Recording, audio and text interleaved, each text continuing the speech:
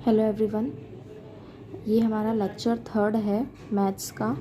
और इसके पहले हम 2 लेक्चर्स में बाइनरी ऑपरेशन ऑन सेट और ग्रुप को समझ चुके हैं। और हमने 4 प्रॉपर्टी देखी थी: closure property, associative property, identity property और इन्वर्स प्रॉपर्टी। आज का जो ये थर्ड लेक्चर है, इसमें भी हम कुछ बेसिक डेफिनेशंस स्टडी करने वाले हैं जो बहुत इम्पॉर्टेंट हैं। तो पहली जो डेफिनेशन है हमारी, वो है ग्रुपॉइड। तो डेफिनेशन बहुत ही सिंपल है। An algebraic structure G, star is called a groupoid if it satisfies postulate G1। ठीक है, ग्रुपॉइड हम किसे कहेंगे? जैसे हमारा ये एल्जेब्रिक स्ट्रक्चर है G, स्टार। ठीक है, G एक क्या है? नॉन एम्प्टी सेट है। स्टार जो है वो बाइनरी ऑपरेशन है। तो एल्जेब्रिक स्ट्रक्चर होगा G, स्टार। तो ये एल्जेब्रिक स्ट्रक्चर ग्रुपॉइड कब कहलाएगा? जब ये G1 प्रॉपर्टी जो है हमारी, G1 मतलब क्लोजर प्रॉपर्टी को सेटिस्फाई करेगा तब। ठीक है, अब क्लोजर प्रॉपर्टी क्या होती है? जैसे G हमारा कोई सेट है नॉन एम्प्टी, उसमें से हमने 2 एलिमेंट्स ले लिए A और B।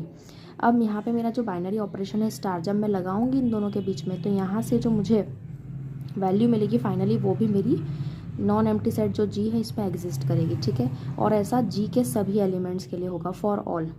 ठीक है, तो ये है ग्रुपॉइड की डेफिनेशन। अब इसको हम एग्जाम्पल की मदद से समझेंगे। Set of natural number, natural number का सेट लिया है हमने। सिंपली नेचुरल नंबर वो होते हैं जो 1 से स्टार्ट होते हैं। ठीक है, तो कोई भी 2 एलिमेंट ले लेंगे हम। जैसे सपोज यहाँ पे मैंने 2 और 7 लिया है। ठीक है, अब हम जानते हैं कि नेचुरल नंबर पे प्लस और मल्टीप्लाई 2 बाइनरी ऑपरेशन डिफाइंड है। तो हमने प्लस ऑपरेशन के रिस्पेक्ट में पहले ऑपरेशन लगाया।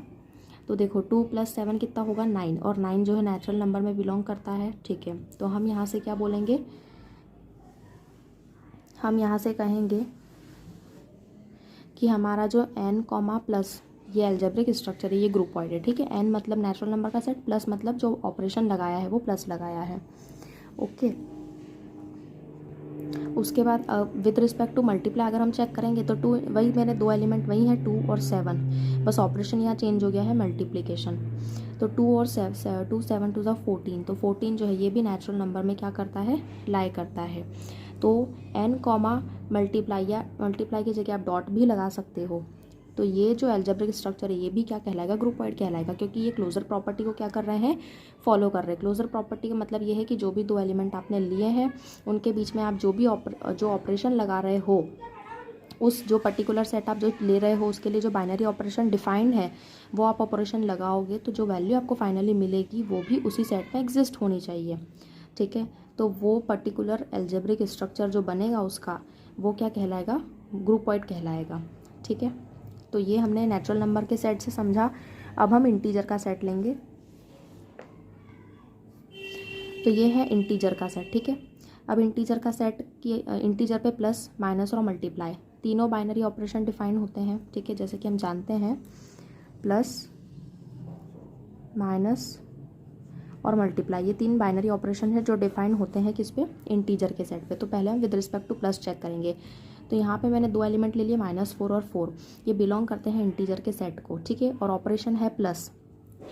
तो यहाँ पे हमने लिखा -4 + 4 = क्या मिला? 0। 0 भी इंटीजर को बिलोंग करेगा। तो i, प्लस का जो एल्जेब्रिक स्ट्रक्चर होगा ये भी ग्रुपॉइड कहलाएगा। ठीक है, उसी तरह हम माइनस और मल्टीप्लाई के रिस्पेक्ट में भी चेक करेंगे।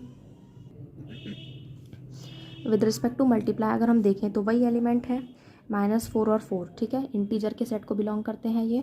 यहाँ पे मैंने लगाया बीच में मल्टीप्लाई, -4 × 4 तो मिलेगा -16। ये इंटीजर है -16 भी। तो i, मल्टीप्लाई का जो एल्जेब्रिक स्ट्रक्चर होगा ये भी ग्रुपॉइड होगा। और आप इंटीजर के सेट में से कोई सा भी एलिमेंट उठा के ले लो, क्योंकि ये जो है फॉर ऑल एलिमेंट्स के लिए ये होना चाहिए। जो क्लोजर प्रॉपर्टी हमें यहाँ पे अप्लाई करके देखना है, तो ये जो है आपका जो सेट है, जो भी आपने सेट ले रखा है, उसके हर की कोई सा भी एलिमेंट आप उठा के देख लो, हर एलिमेंट के लिए ये प्रॉपर्टी सेटिस्फाई होना चाहिए। ठीक है, तो आप यहाँ पे जैसे मैंने सेम वही 2 एलिमेंट लिए हैं, आप कोई सा भी एलिमेंट लेके चेक कर सकते हो। तो i, प्लस यानी इसके पहले वाला जो एल्जेब्रिक स्ट्रक्चर था और ये जो है, ये दोनों ही ग्रुपॉइड कहलाएंगे। ठीक है, कोई सा भी एलिमेंट हो भले। अब माइनस के रिस्पेक्ट में अगर हम चेक करें तो 2 एलिमेंट ले लिए, यहाँ पे -4 और 5। ठीक है, अब -4 माइनस करा 5 तो मिला -9। -9 जो है ये भी इंटीजर है। तो यहाँ से हम बोल सकते हैं कि हमारा i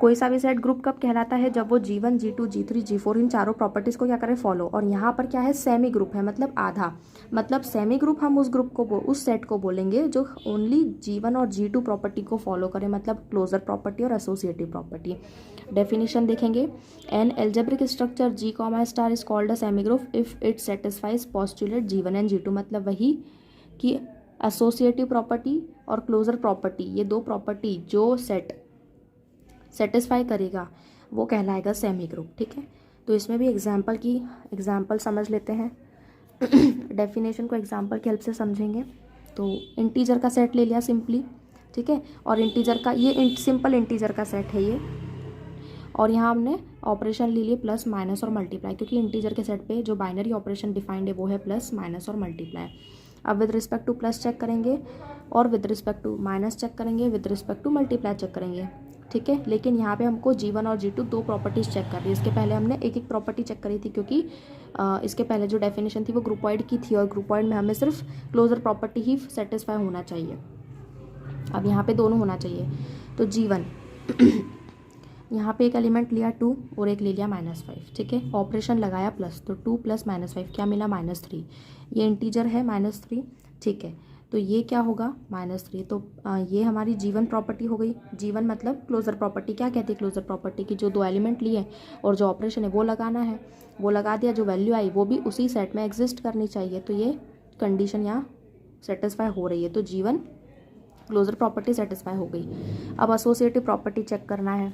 तो एसोसिएटिव प्रॉपर्टी के लिए 3 एलिमेंट चाहिए, तो एक है 2, एक -5, एक नया ले लिया हमने 6। ठीक है, अब क्या करना है, पहले हमें ये दो एलिमेंट को ब्रैकेट में लिख लिया, और ऑपरेशन कौन सा है, प्लस, तो 2 + -5, और ब्रैकेट के बाहर +6 लिख दिया, और इक्वल के राइट साइड में 2 को ब्रैकेट के बाहर लिख दिया, और -5 और 6 ये दो एलिमेंट्स को ब्रैकेट में लिख दिया ऑपरेशन प्लस लगा के। जब हमने सॉल्व किया तो दोनों साइड वैल्यू हमें यहाँ पे सेम मिली 3। तो मतलब G1 और G2 क्लोजर प्रॉपर्टी और एसोसिएटिव प्रॉपर्टी दोनों प्रॉपर्टी जो है यहाँ पे हमारी सेटिस्फाई हो रही है। तो हम क्या मेंशन करेंगे कि हमारा I, प्लस का जो एल्जेब्रिक स्ट्रक्चर है वो सेमी ग्रुप होगा। ठीक है, लेकिन विद रिस्पेक्ट टू प्लस, ये आप ना लिखना चाहें तो कोई दिक्कत नहीं है, क्योंकि ये आप जो एल्जेब्रिक स्ट्रक्चर है उससे समझ में आ जाएगा कि यहाँ हमारा ऑपरेशन प्लस है, मतलब हमने बाइनरी ऑपरेशन प्लस लगाया है विद रिस्पेक्ट टू प्लस। ठीक है, अब हम विद रिस्पेक्ट टू माइनस और मल्टीप्लाई भी इसी तरह से चेक करेंगे। मल्टीप्लाई तो एलिमेंट्स वही है 2 और -5। पहले क्लोजर प्रॉपर्टी सेटिस्फाई होनी चाहिए, मतलब इन दोनों के बीच में ऑपरेशन लगा देना है मल्टीप्लाई। तो 2 × -5 मिलेगा -10। -10 इंटीजर है, इंटीजर के सेट को बिलोंग करता है ये। ठीक है, तो G1 क्लोजर प्रॉपर्टी यहाँ हो गई सेटिस्फाई। एसोसिएटिव प्रॉपर्टी की बात करें तो वही एलिमेंट्स ले लिए मैंने 2, -5 और 6। ठीक है, और सेम वही हमने एसोसिएटिव प्रॉपर्टी लगाई है, बस फ़र्क ये है कि यहाँ ऑपरेशन हमारा कौन सा हो गया, मल्टीप्लाई। ठीक है, अब इसको सॉल्व करेंगे दोनों साइड आप देख सकते हो यहाँ पे कि वैल्यू जो है वो -60 मिली। LHS RHS दोनों बराबर है। इसका मतलब कि I माइनस मल्टीप्लाई का जो एल्जेब्रिक स्ट्रक्चर है वो भी सेमी ग्रुप होगा विद रिस्पेक्ट टू मल्टीप्लाई। ठीक है, यहाँ पे I हमारा नॉर्मल इंटीजर का सेट है। अब हम यहाँ पे with respect to minus check करेंगे, विद रिस्पेक्ट टू माइनस। ठीक है, तो एलिमेंट्स वही हैं, ऑपरेशन यहाँ लगेगा माइनस, और सॉल्व करिया तो क्या मिला, यहाँ से 7 मिला। 7 जो है इंटीजर है। देखो यहाँ पे मैंने तीनों के रिस्पेक्ट में चेक किया है, और एलिमेंट्स जो मैंने एलिमेंट्स लिए हैं इंटीजर के सेट पे से वो सभी में सेम लिए हैं। तो आप कोई सा भी ले सकते हो, जो प्रॉपर्टी है वो फॉलो होगी ही सही। तो ये G1 हो गया। G2 के लिए भी वही 3 एलिमेंट 2, -5 और 6। ठीक है, एसोसिएटिव प्रॉपर्टी हमें अप्लाई करते आता है, बस क्या करना है कि ऑपरेशन यहाँ पे माइनस हो जाएगा। ठीक है, अब यहाँ देखो, यहाँ पर हमने LHS सॉल्व किया, RHS सॉल्व किया, वैल्यू दोनों तरफ जो है हमारी इक्वल नहीं आई। मतलब हम यहाँ क्या बोल सकते हैं कि विद रिस्पेक्ट टू माइनस अगर हम चेक करते हैं, विद रिस्पेक्ट टू माइनस अगर हम इंटीजर के सेट को चेक करें तो क्लोजर प्रॉपर्टी तो सेटिस्फाई हो रही है, लेकिन एसोसिएटिव प्रॉपर्टी सेटिस्फाई नहीं हो रही है। और अगर कोई सेट सेमी ग्रुप है तो वो क्लोजर प्रॉपर्टी और एसोसिएटिव दोनों प्रॉपर्टी को सेटिस्फाई करना चाहिए। ऐसा नहीं कि एक को अगर सेटिस्फाई कर दिया तो भी वो सेमी ग्रुप कहलाएगा, नहीं, दोनों को सेटिस्फाई करना चाहिए। लेकिन यहाँ पे ओनली एक प्रॉपर्टी सेटिस्फाई हो रही है, एक नहीं हो रही है। तो उस केस में यहाँ पे हमारा i कॉमा माइनस जो एल्जेब्रिक स्ट्रक्चर है ये सेमी ग्रुप नहीं होगा, क्योंकि एक प्रॉपर्टी सेटिस्फाई हो रही है और एक सेटिस्फाई नहीं हो रही है। ठीक है, और अब इसके बाद में एक लास्ट डेफिनेशन है। ठीक है, और इस पे बेस्ड एक न्यूमेरिकल मतलब एक एग्जाम्पल्स की हेल्प से हम इसे समझेंगे, और जो एग्जाम्पल है वो बहुत इंपॉर्टेंट है। तो लास्ट डेफिनेशन है मोनोइड की। मोनोइड क्या होता है? ठीक है, a semi group is called a monoid if it satisfies G1, G2 and G3 property. बहुत ही सिंपल डेफिनेशन है, 2 लाइन की है, समझ में आ ही रहा होगा कि एक सेमी ग्रुप मोनोइड कहलाता है। अब सेमी ग्रुप मोनोइड कहलाएगा, मतलब वो सेमी ग्रुप तो होगा ही सही पहले से, मतलब वो G1 और G2 को तो सेटिस्फाई करेगा, लेकिन वो मोनोइड कब कहलाएगा? जब वो G1, G2 के साथ में G3 वाली जो प्रॉपर्टी है, यानी कि identity property, existence of identity, उसको भी सेटिस्फाई करे। तो उस केस में G1, G2 और G3 ये तीनों प्रॉपर्टी जो सेट सेटिस्फाई करेगा वो मोनोइड कहलाएगा। ठीक है, लेकिन वो पहले से सेमी ग्रुप होना चाहिए। अब इस पे बेस्ड एक न्यूमेरिकल है, तो इसको हम सॉल्व करके देखते हैं। यहाँ पे क्वेश्चन देखेंगे पहले। The algebraic structure m comma dot, ये डॉट है मतलब बाइनरी ऑपरेशन यहाँ पे मल्टीप्लाई है। Where m equals to, m की वैल्यू आपको दे रखी है, m क्या है? m जो है वो a प्लस बी रूट 2 है। ठीक है, और यहाँ पे a और b ये जो वेरिएबल हैं ये इंटीजर के सेट को बिलोंग करते हैं, या हम बोल सकते हैं कि यहाँ पे a और b ये जो एलिमेंट्स है ये इंटीजर को बिलोंग करते हैं। ठीक है, and denotes ordinary multiplication operation. ठीक है, वही मल्टीप्लिकेशन ऑपरेशन है, और हमें इस एल्जेब्रिक स्ट्रक्चर को मोनोइड यहाँ पे प्रूफ करना है। ठीक है, तो मोनोइड प्रूफ करना है मतलब हमको क्लोजर प्रॉपर्टी, एसोसिएटिव प्रॉपर्टी और एग्जिस्टेंस ऑफ आइडेंटिटी, ये तीनों प्रॉपर्टी यहाँ पे चेक करनी है।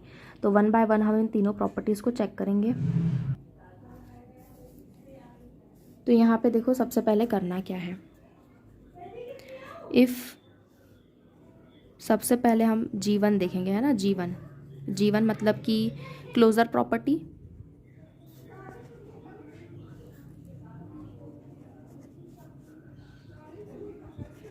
ठीक है,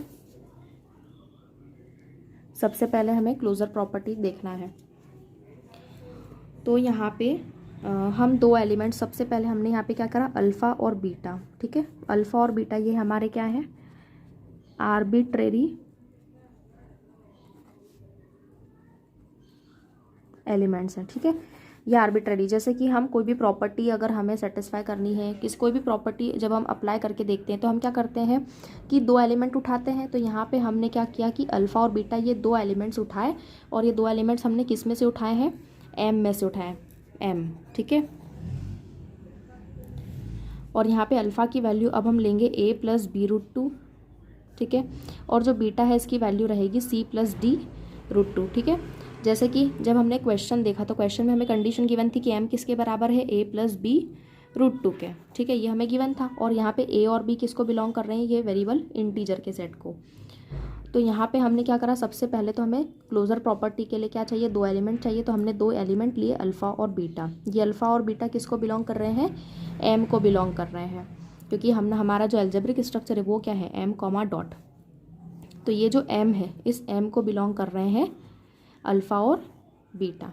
ठीक है, तो अल्फ़ा की वैल्यू क्या हो गई, अल्फ़ा की वैल्यू हमने लेट करी है a प्लस बी रूट 2, क्योंकि क्वेश्चन में हमें वैल्यू दे रखी है m की a प्लस बी रूट 2, यानी जो पैटर्न है वो इस तरह से है a प्लस बी रूट 2। तो उस पैटर्न के अकॉर्डिंग अल्फ़ा की value a plus B root 2 हुई, और बीटा की वैल्यू क्या हो गई, c प्लस डी रूट 2। ठीक है, वेरिएबल हमने बीटा की वैल्यू में जो वेरिएबल रहे वो c और d ले लिए।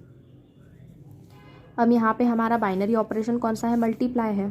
तो क्या करा हमने कि जो 2 क्लोजर प्रॉपर्टी क्या कहती है कि आप जो भी 2 एलिमेंट लोगे, जैसे अल्फ़ा और बीटा 2 एलिमेंट है, तो इनके बीच में आपको क्या लगा देना है, ऑपरेशन लगा देना है। ठीक है, अब अल्फ़ा की वैल्यू है a plus B root 2 dot, beta की वैल्यू क्या है, c प्लस डी रूट 2।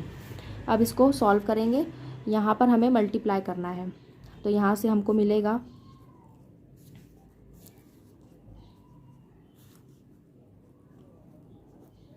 यहाँ से हमें क्या मिला, AC plus AD root 2 plus BC root 2 plus 2BD, यहाँ से ये हमें टर्म मिली। ठीक है, अब इसमें हम क्या करेंगे कि AC प्लस 2BD, इसको एक साथ लिख दिया, ये AC और ये 2BD, इसको एक साथ लिख दिया है, ठीक है। और ये वाली जो वैल्यू है AD√2 प्लस BC√2, इसको हम एक साथ लिखेंगे, क्यों? क्योंकि इन दोनों में √2 जो है वो कॉमन है, ठीक है। तो इसको हम किस तरह से लिख देंगे,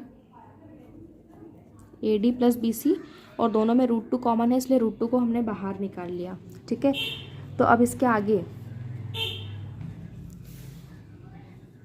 इसको हम लेट करेंगे, ठीक है। अब यहाँ पे हमने AC प्लस 2BD को x नाम दे दिया, प्लस AD प्लस BC, ये जो टर्म है इसको नाम दे दिया हमने y√2। हमने ऐसा क्यों, ये हमने लेट किया है, ठीक है ना, या आप सिंपली इसको बोल सकते हो कि ये हमने से करा है, से, लेट से। ये हमने ऐसा क्यों किया, ये इसलिए किया है क्योंकि क्वेश्चन जो हमें गिवन था उसमें m की वैल्यू क्या गिवन थी हमको, m की वैल्यू गिवन थी हमको a प्लस b√2, यानी इस पैटर्न में हमें वैल्यू गिवन थी। और हमने जो दो एलिमेंट ये थे अल्फ़ा और बीटा, उन एलिमेंट्स के बीच में हमने ऑपरेशन लगाया, उन एलिमेंट्स के यहाँ पे वैल्यू रखी और इसको सॉल्व किया। अब सॉल्व का क्लोजर प्रॉपर्टी क्या कहती है कि सॉल्व करने के बाद में जो फाइनल आपका आंसर होगा वो भी आपका जो सेट है उसको बिलोंग करना चाहिए।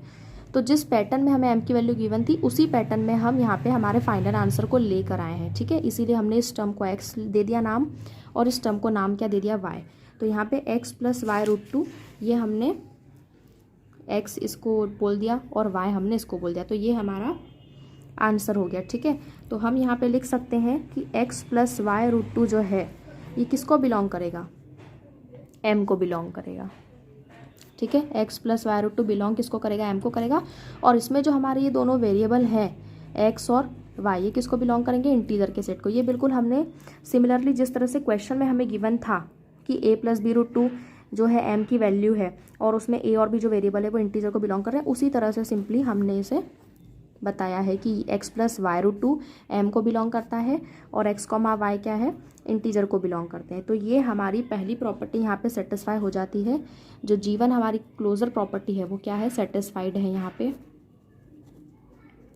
अब हम G2 देखेंगे। अब सेकंड प्रॉपर्टी है हमारी एसोसिएटिव प्रॉपर्टी। तो एसोसिएटिव प्रॉपर्टी के लिए हमें क्या करना है, तीन एलिमेंट्स लेने हैं। हमने अल्फ़ा और बीटा ले लिया और तीसरा एलिमेंट ले लिया गामा, ठीक है। अल्फ़ा की वैल्यू हम जानते हैं a प्लस b√2, बीटा की value c plus d√2, gamma की वैल्यू e प्लस f√2, ठीक है। अब एसोसिएटिव प्रॉपर्टी क्या कहती है कि आपने कोई दो एलिमेंट्स को ऑपरेशन के साथ ब्रैकेट में लिख दिया, जैसे मैंने अल्फ़ा और बीटा को लिख दिया ब्रैकेट में ऑपरेशन मल्टीप्लाई लगा के, और जो थर्ड एलिमेंट है गामा उसको ऑपरेशन लगा के ब्रैकेट के बाहर लिख दिया, ठीक है। अब मुझे क्या करना है, ये वैल्यूज़ मैं यहाँ पुट करूँगी और मुझे सॉल्व करना है। अब सॉल्व करके मुझे प्रूफ क्या करना है, देखो एसोसिएटिव प्रॉपर्टी क्या कहती है कि ये वैल्यू किसके बराबर होगी, alpha dot beta dot gamma के, है ना। ये जो दो वैल्यूज़ हैं ये और ये दोनों वैल्यूज़ बराबर होंगी। तो यहाँ पे हम ये लेके चल रहे हैं, इसको हम सॉल्व करेंगे और हम ये कंडीशन प्रूफ करेंगे, ठीक है। ये प्रूफ हो गया, मतलब कि हमारी जो है एसोसिएटिव प्रॉपर्टी भी यहाँ पे क्या हो जाएगी, सेटिस्फाई हो जाएगी। तो सिंपली सबसे पहले मल्टीप्लाई करेंगे जैसा हमने पहले किया था।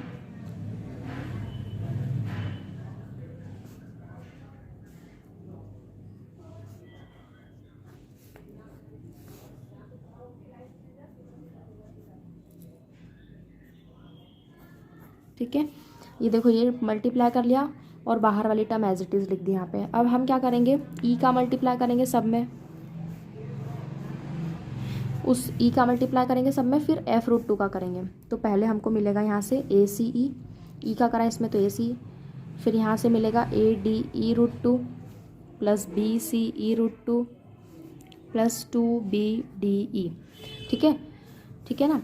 ई का करा इसमें, फिर इसमें, फिर इसमें, फिर इसमें, ये मेरा। अब उसके बाद में f√2 का मल्टीप्लाई होगा इसमें, फिर ये थर्ड टर्म में और फिर फोर्थ वाली टर्म में। तो यहाँ पे डॉट है इसलिए मल्टीप्लाई होगा, लेकिन जब हम मल्टीप्लाई करेंगे तो देखो ये टर्म और इसका इस टर्म में होगा, फिर इस टर्म में, फिर इस टर्म, तो यहाँ कौन सा साइन है, प्लस, तो यहाँ पे प्लस का सिंबल आएगा।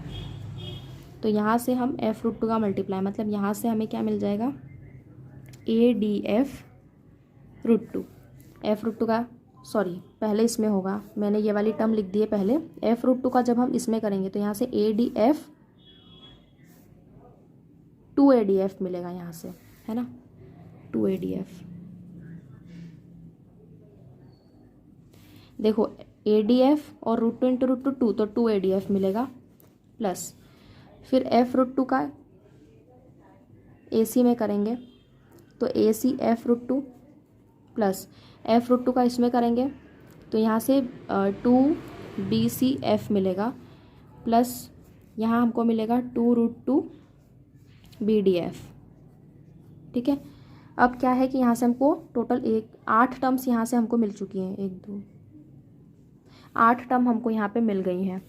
अब हमें करना क्या है, सिर्फ इन टर्म्स को अरेंज करना है। ठीक है, अब अरेंज करने में ही अधिकतर बच्चों को क्या होती है, दिक्कत होती है। तो इसका सिंपल सा एक तरीका हम यहाँ पे देखें। ठीक है, देखो हमें प्रूफ क्या करना है, alpha dot beta dot gamma. ठीक है, ये हमें प्रूफ करना है। अल्फ़ा की वैल्यू है a plus b√2 dot beta की value c plus d√2 dot gamma की वैल्यू e प्लस f√2। ठीक है, अब हमें प्रूफ ये करना है तो हम इसको सॉल्व करेंगे ताकि यहाँ से हमें पता चल जाए हमें जो टर्म्स हैं उनको किस तरह से अरेंज करना है। तो देखो a प्लस b√2 तो एज इट इज़, इसका मल्टीप्लाई करेंगे तो यहाँ से मिला CE plus CF√2 plus DE√2 plus 2DF। ठीक है, C का E में करा C, CF√2 फिर DE√2 और यहाँ से मिलेगा 2DF। ठीक है, अब A का मल्टीप्लाई करेंगे इसमें तो यहाँ से हमें क्या मिलेगा, यहाँ से हमको मिल जाएगा ACE। देखो A का पहले इसमें करा तो ACE मिला, फिर A का इसमें करेंगे तो ACF√2 मिल गया, फिर प्लस करके A का इसमें करेंगे तो ADE√2 मिल गया। ठीक है, फिर प्लस A का करेंगे इसमें तो ये मिल जाएगा 2ADF। ठीक है, ये हमको मिल गई 4 टर्म। उसके बाद में b√2 का करेंगे इसमें तो ये हमको यहाँ से मिलेगा BCE√2 प्लस यहाँ से हमको मिलेगा 2BCF, क्योंकि √2 इंटू √2 क्या हो जाएगा 2, तो ये हो गया BCF प्लस यहाँ पे भी √2 इंटू √2 2 हो जाएगा तो ये मिल जाएगा 2BDE प्लस यहाँ हमको क्या मिलेगा 2√2। देखो 2 और इधर है √2 तो 2√2 BDF। ये हमको यहाँ, ये हम एक तरह से रफ वर्क कर रहे हैं अभी। ठीक है, रफ वर्क, तो हमें यहाँ से ये टर्म मिली। अब ये जो टर्म्स है ना, बस ये टर्म हमको यहाँ लिख देना है ऊपर।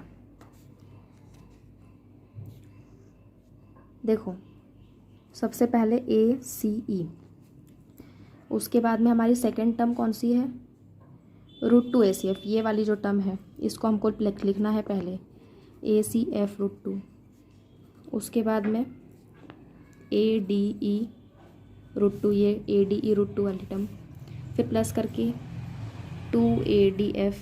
ठीक है, 2ADF ये रहा, फिर प्लस करके BCE√2 ये रहा, फिर प्लस करके 2BCF ये रहा, फिर प्लस करके 2BDE ये रहा, और फिर लास्ट में प्लस करके 2√2 BDF। ठीक है, 2√2 BDF। तो ये जो टर्म्स थी, इन टर्म्स को हमने इस तरह से अरेंज कर लिया। ठीक है, टर्म वही है लेकिन अरेंज करने में प्रॉब्लम होती है, तो इसलिए हमने यहाँ पे रफ वर्क किया ताकि हमें टर्म्स पता चल जाए किस तरह से अरेंज करना है टर्म्स को। ठीक है, हमने ये टर्म्स अरेंज कर दिया। अब करना क्या है, अल्फ़ा लाना है सबसे पहले। तो देखो A कॉमन निकाल लेंगे तो A इसमें इस टर्म में भी है ना, मतलब alpha plus A plus b√2, क्योंकि A प्लस b√2 किसकी वैल्यू है, अल्फ़ा की वैल्यू है। तो A प्लस b√2 कॉमन निकालेंगे हम, तो A किसमें से कॉमन है, CE प्लस CF√2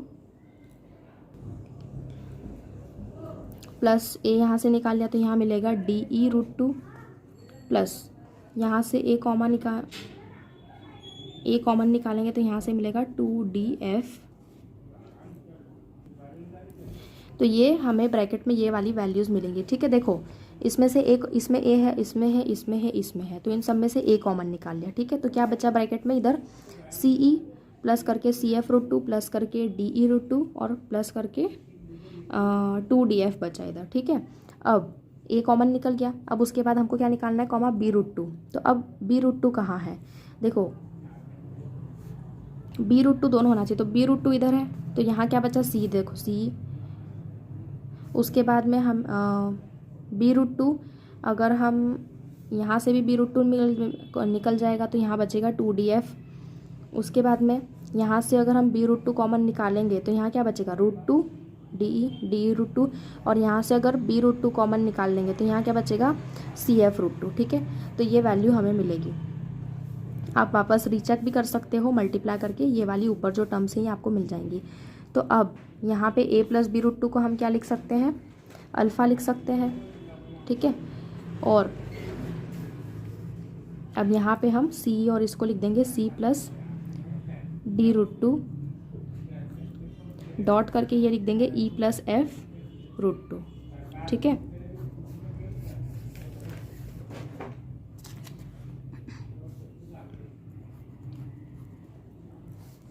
ये जो टर्म है इसको हमने इस तरह से लिख दिया, मतलब c कॉमन निकाल लिया तो इधर बचा e + f√2, और यहाँ से d√2 और d√2 कॉमन निकाल लिया तो यहाँ से बचा f√2 और यहाँ e बच गया।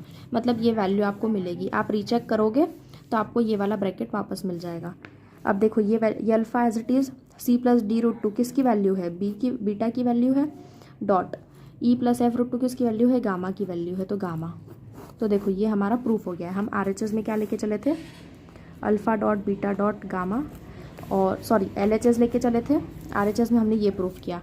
तो यहाँ पे हमारी जो G2 एसोसिएटिव प्रॉपर्टी है वो हो जाती है फुलफिल।